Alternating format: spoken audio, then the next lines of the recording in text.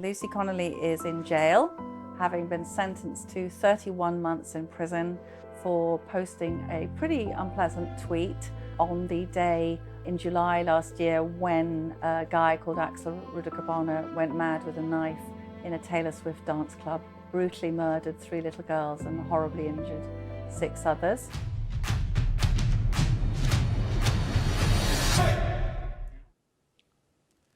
Hello and welcome to the Anne and Phelim Scoop. My name is Anne McElhenney. And I'm Phelim McAleer. And we're not in our normal studio. You might notice that we're on a Boat or is it a ship? very large boat, ship. And this is random information about cruise ships. What is the second most prevalent reason for death on a cruise ship? And the answer is, Phelim? Murder. Murder. Anyway, nobody got murdered on this cruise so far. We are on the Mark Steyn Cruise. Except leftist ideology.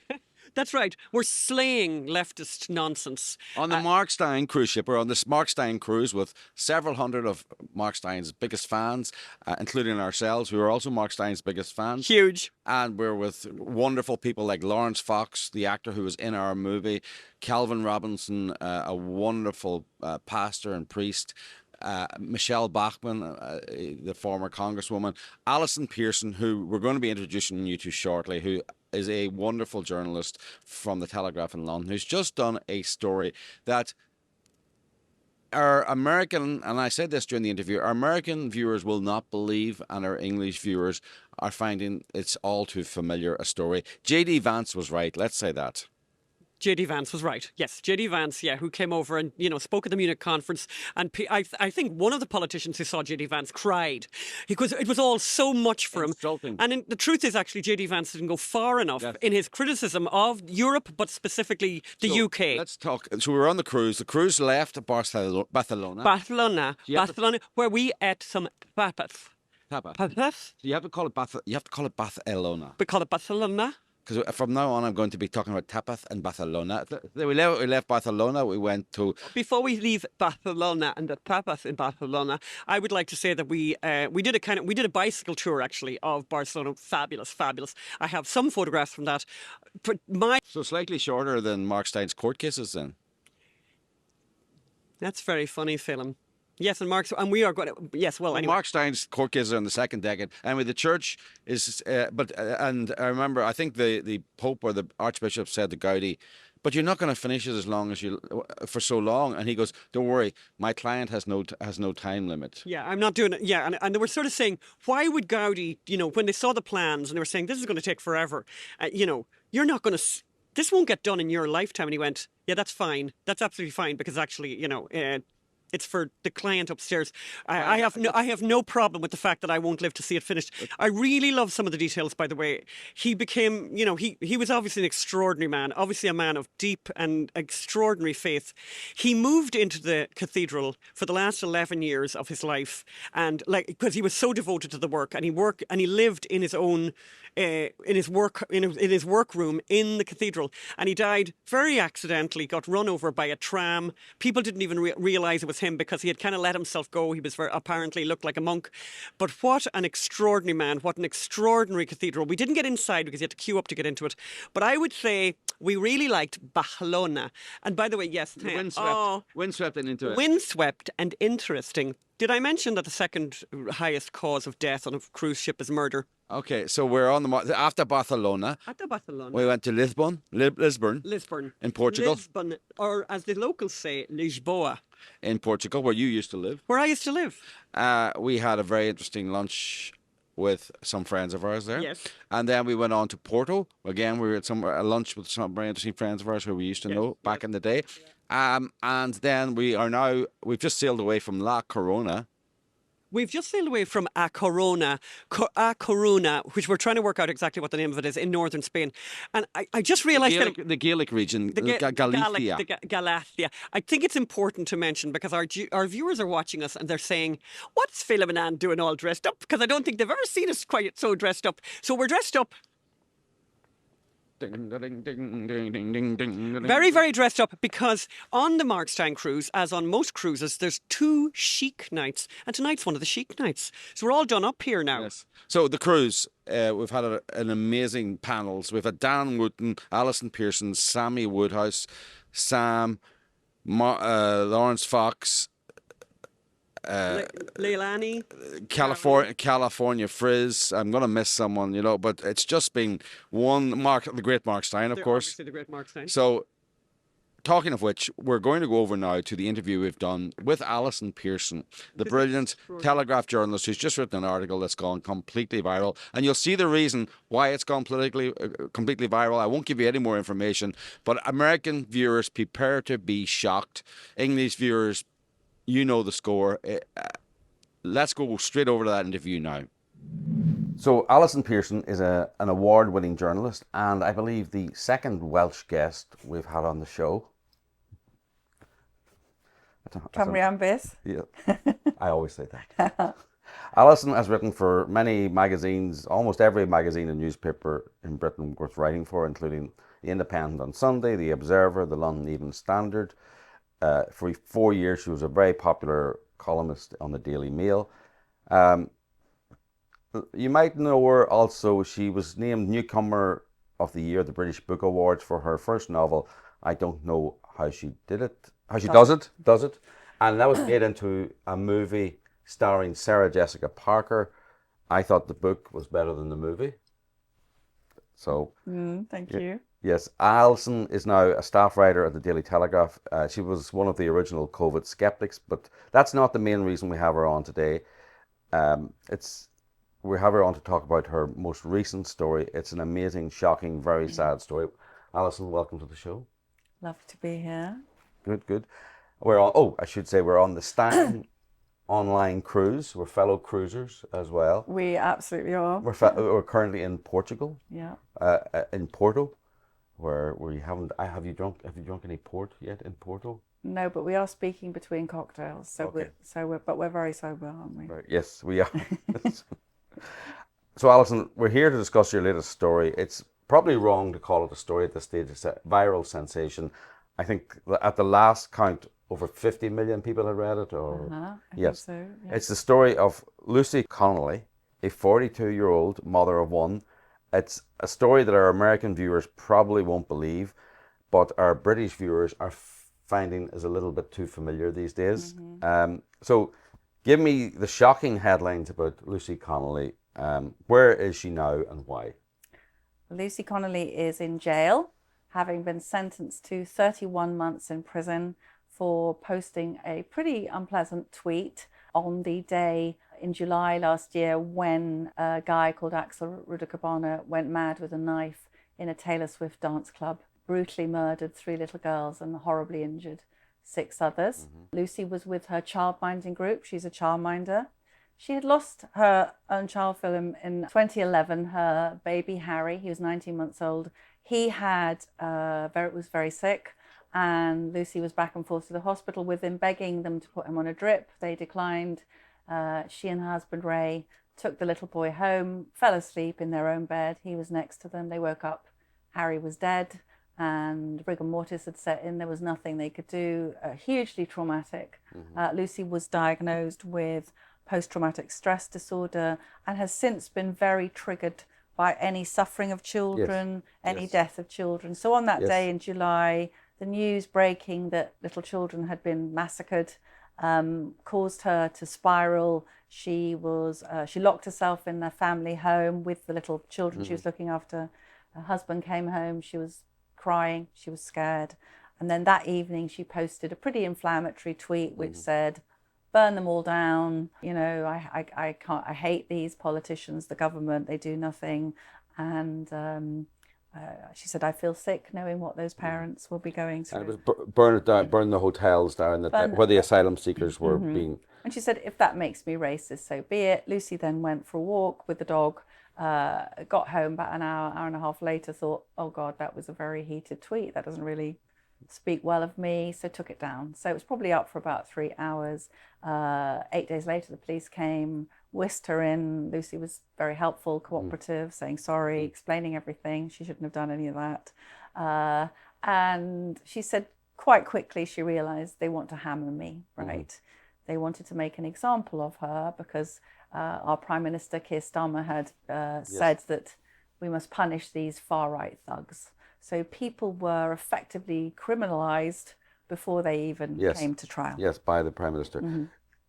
So the Southport massacre, it particularly triggered Lucy because of her family situation. I mean, I think once you get to a certain age, you can't handle children being mistreated anyway. I mean, it's triggering for all of us. All of us. But it was particularly triggering for her, given her family situation. But there was a wider political triggering too, because we were being told things that we knew wasn't true. Isn't that correct? Yeah, well, I was particularly triggered because the first thing about this young killer was that he was born in Wales. Now, I'm born in Wales, and I know for a fact that no Welshman has ever run amok with a knife in a group of 7-year-old girls, because I felt it was a misogynist attack. I felt it had some Islamist roots. I felt it had the hallmark of jihadists who had indeed targeted the Taylor Swift tour of Europe that time. Right. And this was a Taylor Swift dance club. I didn't think that this guy, Axel Rudagabana, had chosen that venue of little girls in crop tops by accident. The Prime Minister and the government complained about misinformation online, but really the prime purveyors of misinformation were the government. Who were saying this was a Welsh choir boy? Yeah, originally he was a Welsh choir boy. They were very adamant there was no terrorist. This was not a terrorist incident. And the Prime Minister, Keir Starmer, went up to Southport to lay a wreath. He practically ran in, threw the wreath down and ran out because the crowd were jeering at him. Yeah, they would turn on him. They were, because people knew what we've seen in the UK for a long time. These events, they follow the same pattern. We're all told you mustn't assume this is some jihadist Islamist attacker. That's racist to assume that. You're all very nasty people for thinking that. And then over a drip over time, then it does turn out that the individual has been on the prevent terror list and has fallen through the net and has come out and stabbed or blown up people. So it's a familiar pattern. There is a great deal of cynicism that has set in, plus absolute anguish and rage that in this case the most vulnerable in our society had been chosen for this horrifying attack. And I have to say, Phelim, I was at the sentencing of this grotesque individual in Liverpool, and the judge read out the coroner's report, and you couldn't have a worse couple of hours of injuries to these little girls, beautiful little girls. I mean, it froze your heart, right?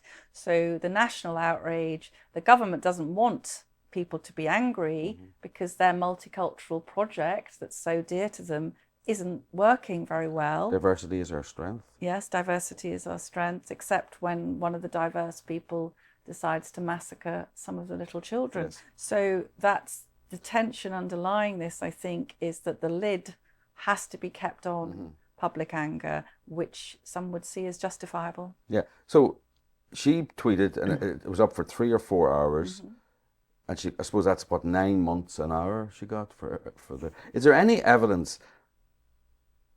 I mean, I feel ridiculous almost asking this, but because it's not important. But is there any evidence it incited anyone to do anything, that anyone saw it? That No, I don't. I've read a bit in the kind of the sort of sociology of it. I don't think there's ever been a link proven. I mean, she didn't say go to this particular venue and pick on this particular individual. It was more a cry from the heart of a mother's anguish, who had obviously had her own dead child. But it was what happened then was that I think they were, as you say, they were looking for examples to be made, and Lucy had,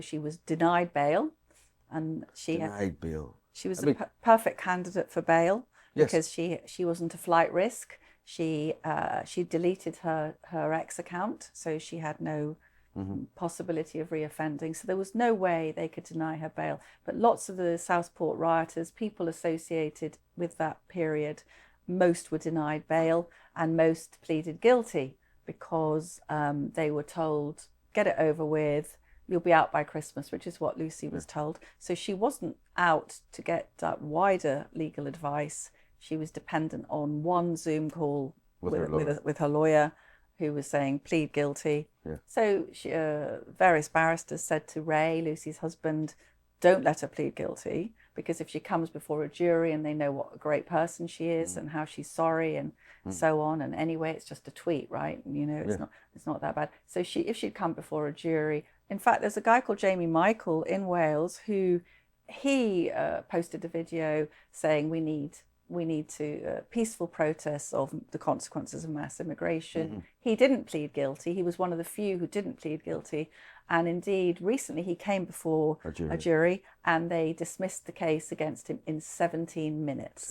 And I believe that was what would have happened to Lucy. I mean, if you've ever been in a courtroom and a jury goes off, they have to elect a foreman. They have to order lunch and they have to sort of say hello, and then they have to have a vote. Yeah. So it was an open and shut verdict. Yes. Yeah. So how is she? How is her family? How is her daughter? I mean, she's going to be without her daughter. So when was she sent in? When? So she was sentenced in October last year, and her husband Ray. But she's also, sorry, excuse me, she's been on bail as well, so that would be taken into. Sorry, she's been in prison, so that would be taken into account. So she's served probably a year, a year and a half. She's due to come out in August. If she serves the full. If she serves the 40% of the sentence, but she has an appeal on May the 15th. But Ray, her husband, said, so first of all, Ray got into trouble for saying Lucy is a good person and not a racist. And then everyone turned on him because he's supposed to say she's absolutely horrendous.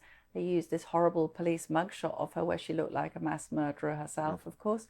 But Ray gathered from the parents of the children she looked after, who were so diverse, ironically, that Lucy used to say it's like the bloody United Nations in here. Yes. So the parents, Bangladeshi origin, Nigerian, Jamaican, wrote these wonderful tributes to her. She was a childminder. She was a childminder. And you'll appreciate this detail as a writer. So sometimes a little image. As she was going to be sentenced in the court for stirring up racial hatred, one of the dads of the child she looked after, a Nigerian doctor, was going to his visa application hearing, carrying the forms filled in by Lucy Connelly, the alleged racist, and the personal reference Lucy had given to the Nigerian. So quite a strange kind of racist, really. Kind of racist. Yeah. So she But it must be devastating for her family and absolutely devastating. But just to say that the judge, they rushed it into these higher courts. They clearly wanted to, make very public examples. They brought in senior judges, not the kind of people who would be expected to deal with these smaller cases. And Ray Connelly, Lucy's husband, said when the judge began, this is a diverse and inclusive nation, he thought, oh my God, has he not taken into account the fact this is a woman with PTSD from the loss of a child? This is a woman with multiple references from as many diverse people. So anyway, he gave her a swinging 31 months, and which was devastating. And then she was carted off to jail, where she has not been granted the kind of access to days out that she has been. Yes, because she should be getting days out, early release to rehabilitate her into society. Yes. But since November, and there's clearly been a fight between the probation officers who've said to her, you shouldn't be in prison. Yes. And have gone to the governor and said, Lucy needs to go out. And the governor, one of the governors, the deputy governor, has allegedly said, yes, but public perception would be very bad if we let this dreadful woman out because she's upset so many people. So it's not public perception, it's elite perception. Elite perception. She's a bad person. She's basically treated like she was the mass murderer. Yes. I was in the court when this fiend was dragged in. They're like saying, oh, poor person, he's got a bad stomach. And like the bereaved parents are next to him in the courtroom, And I thought, anyway, so I would call her a political prisoner. Yes, very much so. So she's got an appeal coming up on May 15th. May 15th. Yeah. Well, and that'll be, she won't get a decision right there and then, will she? I don't know the answer to that. I do know you asked how the family is. So her husband, he's a great guy. Yes. He's a local councillor. Perfect for them that he was a Conservative councillor. course. What could be better? Yes. A racist married to a right-winger. That's the ideal victim, isn't it? Yeah, so Ray is a lovely guy. He's struggling. He has blood cancer and he's looking after their 12-year-old daughter who has always been a lovely kid, but is just recently suspended from school for fighting and totally out of character behaviour and going through puberty. So Ray says she just shouts, "Dad, go away," and obviously she wants her mum, and it is bizarre. Cruel. It's cruel. But then Ray wrote to me and said, "Thank you, Alison, for writing that piece about Lucy, because when Holly grows up, she'll know her mummy wasn't a terrible person." Talking of the piece, it's gone. Almost, it's wrong to call it viral. It's become this sensation now. How far and wide has it gone, and what's been the response? Well, I think that as we've seen this week on the lovely, great week we've had on the Mark Steyn Cruise, I mean, people outside the UK, I think they just view us as this crazy Orwellian island now, where we've all sense of free speech and liberty and so on has just been rapidly extinguished. As you know, I had a visit from police officers for something, actually American viewers may just faint now, but it's called a non-crime hate incident. Yes. So you can get from putting something on Twitter that someone experiences hate having read. It doesn't have to be anyone who actually is affected by that. They can just say, and the police came to my door and they said, I said, which is the social media post that is the problem? And they said, we can't tell you that, madam. And then I said, who is my accuser? And they said, we can't tell you that either, but they're called the victim. Not the complainant.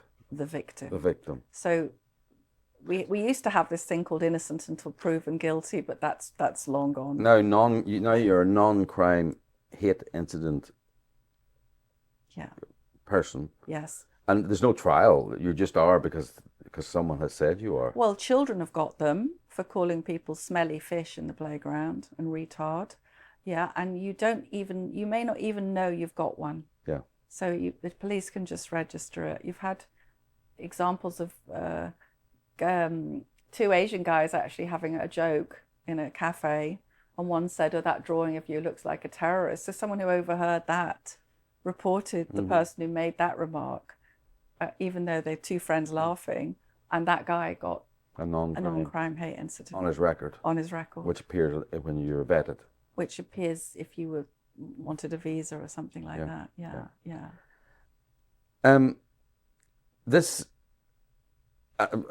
is not unusual in Britain. This is what people need to know. And I think when J.D. Vance made his terrible speech in Munich, calling out, having the temerity to accuse Britain of being a free speech hellhole and an authoritarian hellhole, the response was, "How dare he?" And it's not true. But Lucy Connelly's situation is not jaw-droppingly unusual. Well, I cheered when J.D. Vance said that, and I think a lot of us who feel we are living in kind of Stasi East Germany circa about 1969, that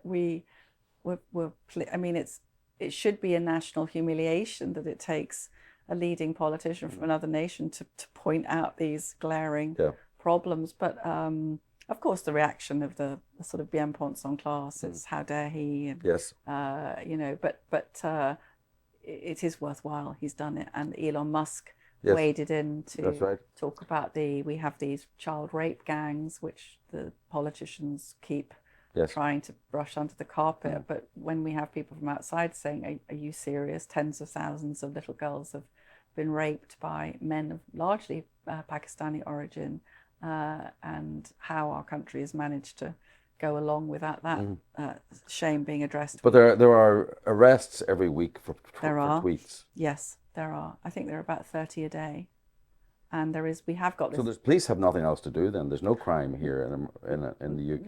No, because the police force that came to my door in a part of the country called Essex, and my newspaper, The Telegraph, had great fun going through all their track record, clearing up the other crimes, which was just, I mean, you know, rape 3%, you know, they will never come out to investigate a burglary. Yes. Or, in fact, in the week when I had the visit from the police, a reader wrote and said that his nephew, on the way home from school, had been held up by knife point, 2 guys with different knives, and had his phone and wallet stolen, and the boy was very upset and traumatized. He called the police and they said, yeah, it's no longer a live incident, so if you could just dial this admin number. So everything, I mean, how cockeyed is it when actual physical threat is regarded as an admin matter, whereas they can send 2 people to me. I should say, which you might like, I was very shocked to see the policeman on my door, but it was Remembrance Sunday, like Memorial Day for us. And it's a kind of sacred day in the calendar. I was getting ready to go to our war memorial. And we have in our town, which is near Duxford, a famous airfield where American servicemen were stationed in our town during the war. When I walk the dog every morning, there's a huge semicircular monument with the names of all the American airmen who died, hundreds of them. And I always say thank you when I walk the dog. I feel quite emotional. I say thank you. So I said to the young policeman at my door about my tweet, I said, do you know what we're commemorating today? And I said, hundreds of thousands of young men, the age you are now, they sacrificed their lives so we would not live under tyranny. I said, what would they think of you being on my doorstep today? So these poor guys, like thinking we weren't expecting a Shakespearean soliloquy, but there we are. They should hear it though. I mean, then there's that other case where 6 police officers arrived for someone who criticised their school board of governors on a private WhatsApp group. Yes. Like 6, I don't know when I've last seen 6 police officers together. I mean, it was like a drugs raid, wasn't it? I mean, these parents with a little child in their home. And they were arrested too. They were arrested, they were taken and they were held for hours. And I mean, if I was arrested for everything I said on WhatsApp groups, you know. Yeah, I know, the prisons would be very full. But they're actually now releasing violent criminals early, presumably so all us thought criminals can go in. Yes, well, we're very dangerous. Yeah, we are very dangerous. Yes. Words, as we know, very, very dangerous. Very dangerous indeed. So you were one of the original COVID skeptics as well. How was that and how is it now? I mean, the world has caught up with the COVID skeptics. Not in the UK. We still have this very hilarious thing called the COVID inquiry, which is moving very slowly and very expensively towards a preordained conclusion, which is that we should have locked down much sooner and much more stringently. So they're asking all these experts who say we should have locked down. We didn't lock down soon enough. Well, they're calling their experts, and the experts who actually knew what was happening, they're obviously either they are excluded. Professor Sunetra Gupta, some people may have heard of, our actual professor of epidemiology at Oxford, one of the world's leading authorities on coronaviruses. She was only allowed to give written evidence, which they obviously considered to be so unhelpful to the conclusion. And Professor Carl Hennigan, who is Professor of Evidence-Based Medicine at Oxford, and who was brilliant on the perils of lockdown and saying how much suffering it was going to cause, he was rudely treated while all these lawyers suck up in a most extraordinary way to the people delivering the correct narrative. Yes. Yeah. I wanted to talk to you. Where? See, we have a Labour. You have a Labour government in power now, a left-wing Democrat government, just to translate for people. But you had a Conservative Party in power for 14 years? 14 years. 14 years. Yeah. Where were they rolling back? Why weren't, I mean, and they brought in more stringent online legislation, didn't they? Or was that so where were the Conservative Party? Why most of these cases people are being charged under laws that either were passed or were allowed to exist on the books during a Conservative, and Boris Johnson had a swinging majority, an absolute massive majority. Where were they? And if the Conservatives can't be trusted, is there any hope? Well, let's just put it this way. Hillary Clinton would look very right-wing in the Conservative Party, the Conservative government that we've just had. Yeah, she would be considered, almost far right, Yes. like some of us. Yes. Look, Tony Blair was obviously a very successful Labour Prime Minister, much more centrist and sensible than the present shower we have, who are a bunch of unreconstructed international human rights lawyers and Marxists. But the legacy of Tony Blair with these things called the Human Rights Act and the Equality Act was to enshrine, it emboldened institutions. So this is what we're seeing in the States now, isn't it? Is that what we need is, we have all these non-governmental bodies that are known as quangos, and they basically run the country with a very, very left liberal bias indeed. And it seems to be that politicians come in, there are one or two. We had an actually rather brave woman called Suella Braverman, who was the Homeland Secretary, and she tried to get these non-crime hate incidents taken off the books. All the ministers were like shuddering in case, God forbid, anyone would think they were racist or whatever. So, and she hadn't the power to remove that. She did introduce statutory guidance for the non-crime hate incidents, which said, use your common sense. Is it in the public interest to go and harass Allison Pearson on Remembrance Sunday? Does she pose a threat of violent, uprising in her community? But the police just ignore. They just ignore all of the different bodies, the sentencing council. Basically, Phelim, what they're doing is there are these things called protected characteristics, right? So if you are straight, white, Christian, you are of no interest to these groups at all. The vast majority of British people are not considered worthy of sentencing consideration or anything. You are, the only people they're really concerned about are, different ethnicity, different sexuality, and so on. So increasingly, it sounds like I'm exaggerating. I'm not exaggerating. So everything now is skewed towards these protected characteristics. No, I mean, you're not exaggerating. There's a woman in prison for 2.5 years for a tweet. Yes.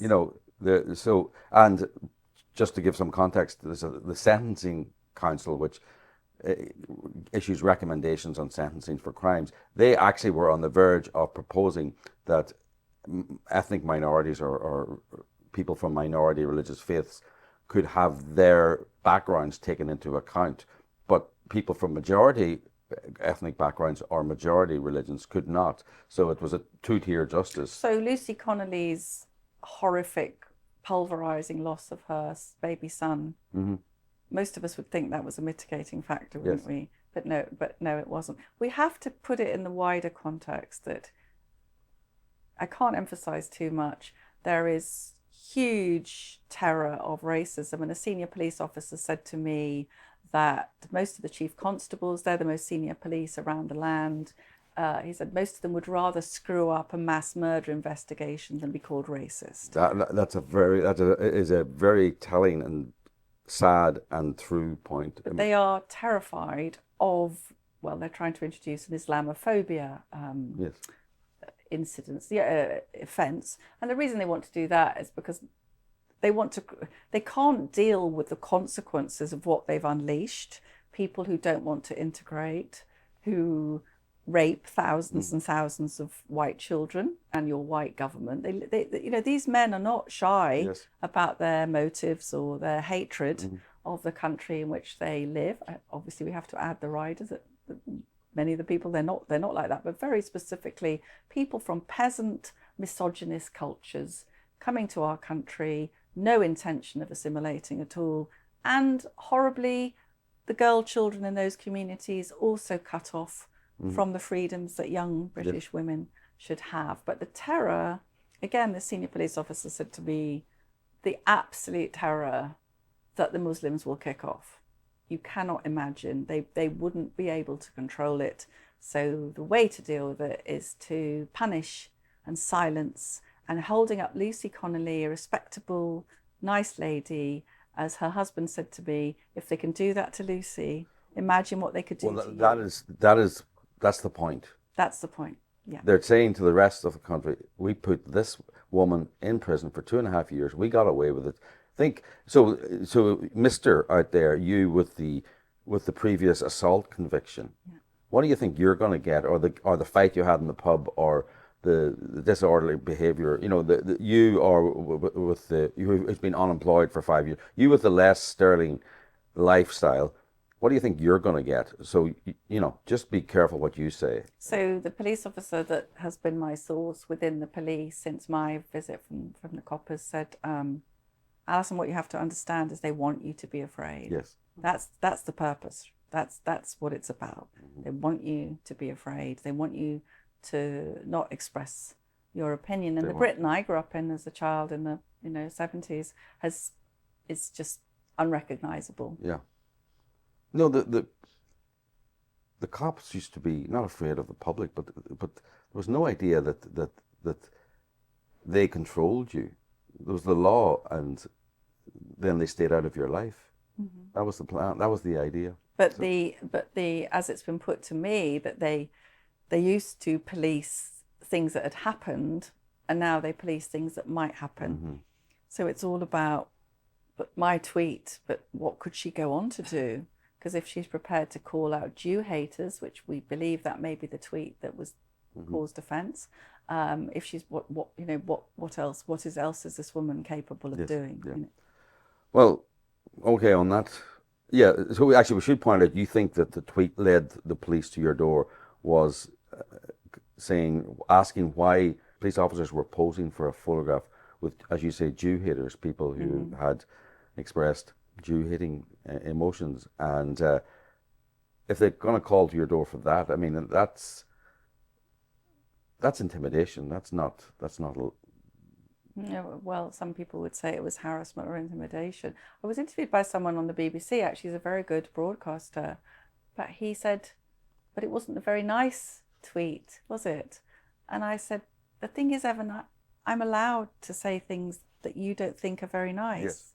I'm allowed, in fact, the irony, Phelim, which you look back and you wish you'd said something, what do they call it, esprit d'escalier. As you walk into the BBC headquarters, there's a quotation from George Orwell, and it said that freedom of speech means nothing unless it includes the freedom to give offence. Yes. And I wish I'd quoted that at him, because that's exactly right. But we have a group of people now who think that multiculturalism is marvelous and, diversity is our strength. And they think that people like me who are deeply worried about the impact of men from countries where women and girls are treated as livestock, as we see coming across our English Channel every day from Afghanistan, where women aren't allowed to speak to each other or sing. So how's that going to work out? Are they going to acquire impeccable liberal values as they touch the beaches of Kent? So basically those views are considered heretical. Yeah. So don't have them. And if you write them down, we're going to come and knock on your door. Yeah, I mean, I think the world would be a lot better if more people read George Orwell. Yeah. Funny, we sailed from Barcelona, and it's a long time since I read it, but his book Homage to Catalonia. Yes. It's a great book. Actually, it's a great book.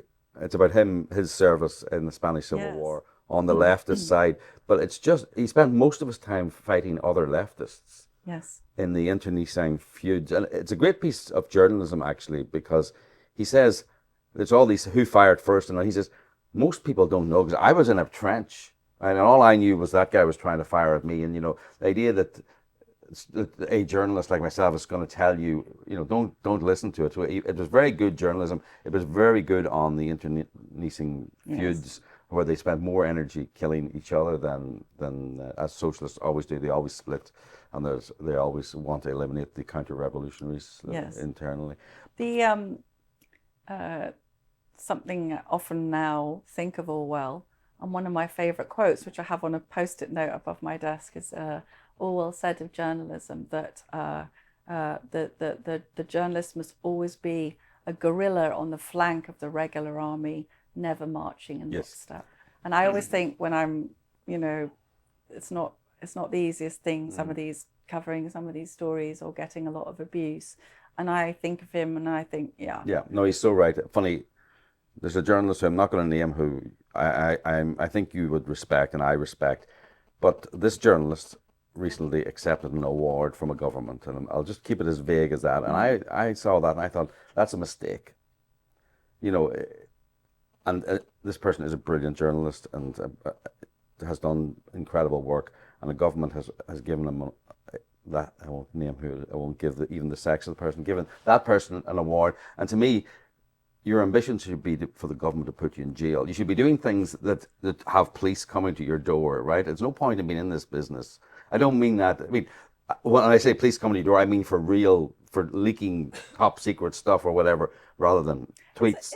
To be fair, it's attention though, isn't it? I've been asked if I would run for political office, because obviously I have some pretty passionate ideas. Yes.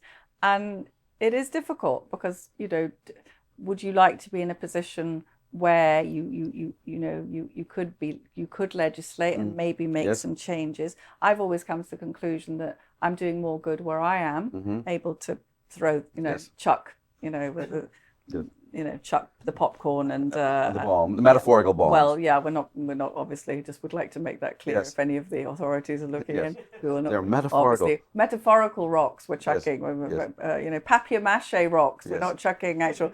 But that the ability, say, like with drawing attention to Lucy's case, and I told that story. One of the things I like to do in my writing is which a lot of people don't really, is to access emotion, to make people feel, what does it feel like to be that woman, basically decent? We shouldn't even have to say it, should we? No. Because even if she wasn't a nice person, her rights to be free and to speak freely would still be the same. Right. But in this instance, I wanted to compel assent from the reader, and they would get to the end of the 6,000 words and think, my God, what have we become? Yeah. Well, on that note, actually, we should end the interview. My God, what have we become is a very good question to end it. Thank you, Alison. My pleasure. And let's keep cruising. Free Lucy. Yes, absolutely. We'll keep you up to date. May the 15th, we'll let you know the score then. And thank you, Alison. My pleasure. So that was what an extraordinary interview. We're so lucky, by the way, that we got to talk to Alison. This is an awful story. The worst, it's hard to work out what the worst part of the story is, but one of the worst things about this story is that it is not unusual in the United Kingdom now. These stories now, there are legions of these stories now, of this kind of thing. In fact, herself, Alison, as you probably heard in the interview, she herself was actually questioned by the police for thought crime, some things that she'd written. It's a tweet crime. A tweet crime. But just to update you, actually, it just broke today that Lucy Connelly has been denied early release. They're releasing violent offenders because there's an overcrowding crisis. So there's an overcrowding crisis in British prisons, and they're releasing violent offenders early, but they will not release this mother of one to allow her to spend time with her child when her child needs her. And it's completely... And her husband's unwell. And her husband's it's completely two-tier policing. It's political policing, and it's coming to a state near you in America if you allow it. So what else, Anne? I think that's the end of the show, I believe. I think this is the end of the show for this week. And by the way, Mark Steyn is extraordinary. I think, and everyone, we've had a lot of fun on this cruise, but I think mostly a lot of the guests, particularly the speakers, we all got together, and we had a drink the other night, and people just basically said, we're so grateful to Mark Steyn for the fight that he has done on behalf of all of us, because this is no fun. This is 13 years now in the climate wars with Michael Mann, and that's not all. He's had the climate wars with Michael Mann, where Michael Mann has accused him of destroying his life. And the jury, who got to listen to 6 weeks of evidence, came up with the conclusion that, the damages, he was incredibly damaged to the tune of $1. $1, but we're going to punitively go after him for $1 million, which has now luckily been reduced to $5,000. But he has also been attacked in the United Kingdom by Ofcom, which is the regulator of the television, basically, in the United Kingdom. And it's just relentless, and it has taken a toll on him because, as he says himself, the process is the punishment. But I would be happy to report Mark's health. Yes. From our outside view, it has improved. He was in a wheelchair during the trial. He's not in a wheelchair any longer. He's able to walk around. Now, we remember from previous finales. We're waiting for the finale of when Mark would sing a few songs. He jumped off the stage. Remember that back in the day. I don't think he'll be jumping off the stage this time, but he's on an upward trajectory. Yes. So thank you we're heading off. We're sailing to Southampton now. They'll always be in England, apparently. Well, yes. And we will see you next week for the Easter. For our Easter, yes. And we have a very special Easter program next week. A very special guest. Feature the great Mark Steyn. So go to, if you want to keep doing what we're doing, go to unreportedstoriesociety.com. Give what you can. We're a 501c3. And ahoy! Ahoy! And don't forget when you're on if you're on YouTube, subscribe to the channel. We've had a very big boost in numbers of late, and we want to continue that trajectory. So thank you very much, and au revoir from somewhere in the ocean, in the Atlantic Ocean. Or are we in the English Channel? I don't know. I think we're in the Atlantic Ocean. I think we're in the Atlantic Ocean on our way to Southampton. Thank you. Bye.